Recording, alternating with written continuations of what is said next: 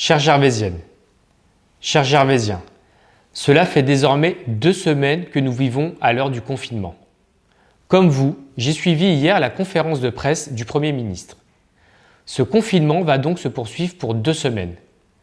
J'imagine bien que cette annonce a été vécue comme une épreuve supplémentaire pour chacune et pour chacun d'entre vous. Il faut le dire, ce confinement bouleverse notre quotidien. Je pense aux personnes isolées, aux personnes mal logées, pour qui ce confinement aggrave encore plus les difficultés et rend la solitude encore plus douloureuse à vivre. Je veux aussi penser à nos restaurateurs, aux petits commerces qui sont hélas victimes de ces restrictions sanitaires.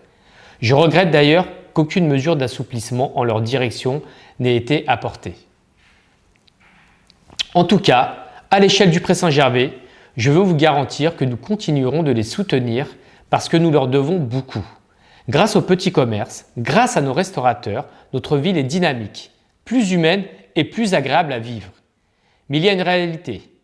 La situation sanitaire se dégrade de jour en jour. Si certains d'entre vous en doutent encore, ce virus rend malade et tue. Je ne peux donc que vous appeler à faire preuve de responsabilité. Continuez donc de respecter le confinement comme vous le faites aujourd'hui. Car ce confinement permet de nous protéger et de soulager le personnel soignant rudement mis à l'épreuve, jour après jour. Je veux d'ailleurs ici saluer leur dévouement, leur engagement au service de nos vies.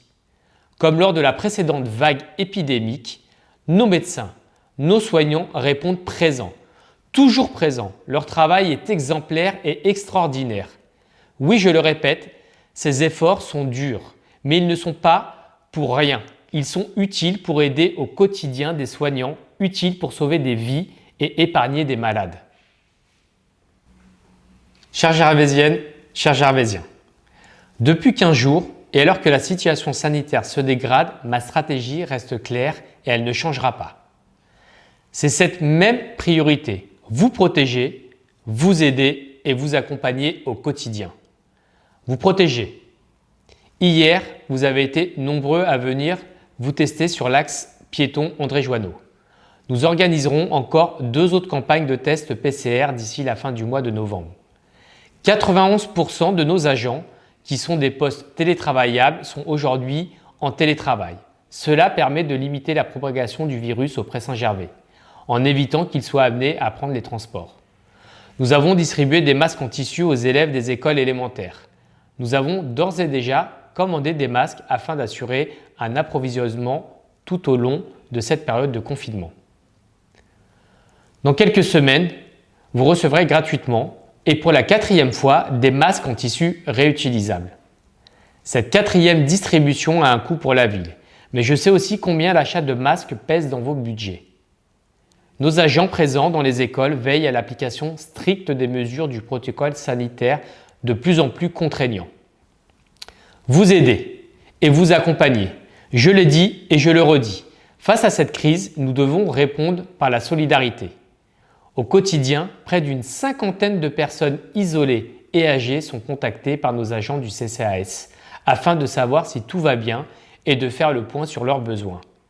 Si nécessaire, nos agents viennent leur livrer les repas à domicile ou bien leur rendre des services particuliers, médicaments, courses. Nos agents restent bien sûr mobilisés dans cette période particulière pour répondre à vos questions. Vous me le permettez, mais je veux saluer là encore l'engagement de tous nos agents au service de l'intérêt général. Ils veillent avec énergie, avec détermination à votre bien-être. Je l'affirme avec beaucoup de conviction. Nous pouvons être fiers d'avoir au Pré Saint-Gervais un service public municipal et un personnel communal aussi investi et aussi réactif. Dans cette crise, c'est notre atout, c'est notre force pour relever les difficultés qui s'imposent à nous. Mes chères Gervaisiennes, mes chers Gervaisiens, nous vivons une période remplie d'incertitudes, de doutes. Il y a tout de même dans ce contexte des sources d'espoir et de progrès. Les recherches thérapeutiques semblent avancer, tout comme celles sur le vaccin. Nous sortirons de cette crise sanitaire, j'en suis convaincu. Oui, nous arriverons dans quelques semaines, dans quelques mois, à retrouver notre vie d'avant, cette vie qui manque à chacune et à chacun d'entre nous. Mais aujourd'hui, Nous devons rester solidaires, unis. Mettons de côté les polémiques inutiles, les individualismes, les combats d'ego. Franchement, cela ne sert à rien et je pense que vous êtes toutes et tous d'accord avec moi. Au contraire, dans ces moments, le mot « vivre ensemble » prend tout son sens. C'est maintenant que l'entraide et la solidarité doivent se pratiquer. Je ne saurais conclure sans avoir une pensée pour les malades. Peut-être certains d'entre vous me regardent. Je vous souhaite un bon rétablissement. J'ai aussi une pensée pour celles et ceux qui nous ont quittés et adresse mes sincères condoléances à leurs proches. Voilà ce que je tenais à vous dire dans cette vidéo. Je vous donne de toute façon rendez-vous la semaine prochaine pour répondre à vos questions. D'ici là, prenez soin de vous et de vos proches.